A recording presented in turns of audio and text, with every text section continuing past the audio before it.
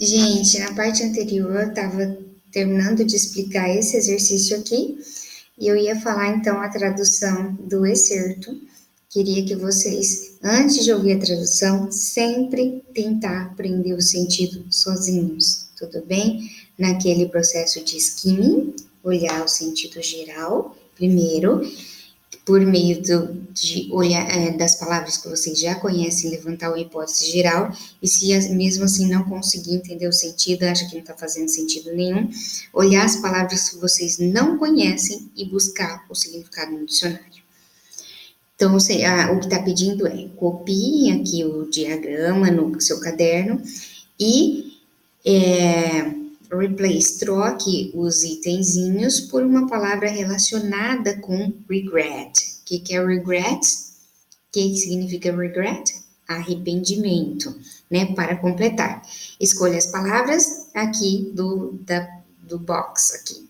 Então, vocês vão ver o significado dessas palavras e escolher trocar essas coisinhas por alguma palavra relacionada com regret, ok? Essa é a tarefinha. Depois vocês vão para esse exercício aqui. Vou ler o excerto, vocês acompanhem a leitura, repitam comigo, vou ler bem devagarzinho. Depois de repetir, façam o mesmo processo que eu tenho falado até agora. Então vamos lá.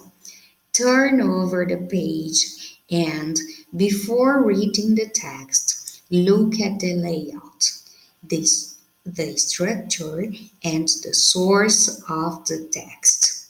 Then, choose the correct item that completes each sentence below.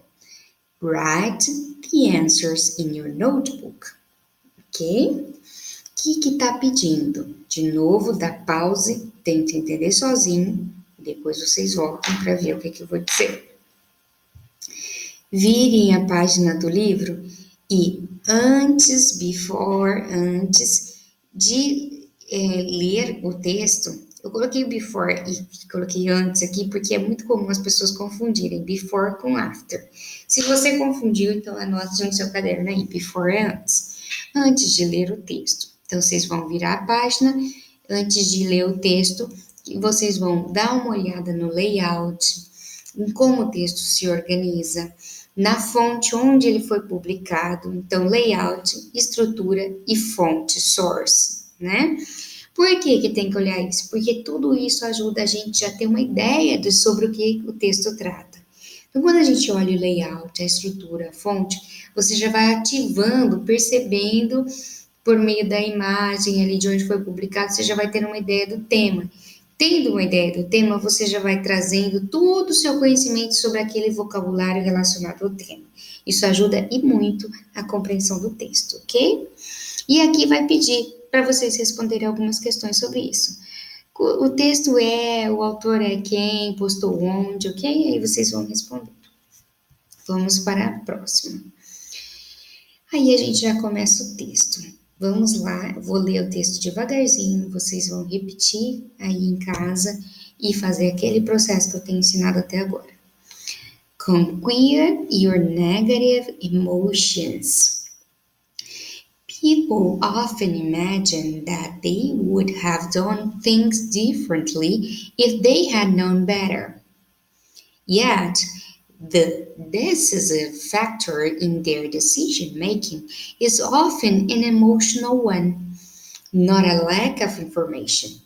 Jane could still get her college degree if she were not afraid that commitment would be too much for her.